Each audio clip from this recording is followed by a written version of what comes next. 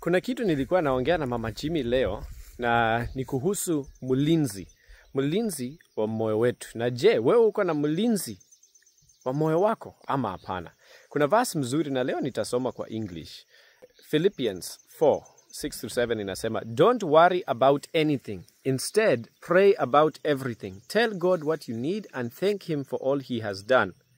Then you will experience God's peace, which exceeds anything we can understand. His peace will guard your hearts and minds as you live in Christ Jesus." So, inaongelea mambo mingi. Tusikuwa na wasiwasi kuhusu kitu chochote. Badala hiyo, tuombe juu ya kila kitu. Alafu pia, tumshukuru. Alafu tutapata amani ya Mungu. Alafu kuna kitu mzuri sana ambayo napenda venye nasema. Ati amani yake italinda mioyo yenu na akili zenu.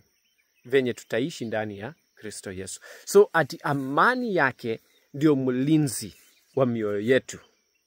Hiyo ndio inatulinda. Na je, kama hauna amani ya Mungu, nini inaingia? Mawazo mabaya, wasiwasi, stress, kukufa moyo, nini? Vitu vingi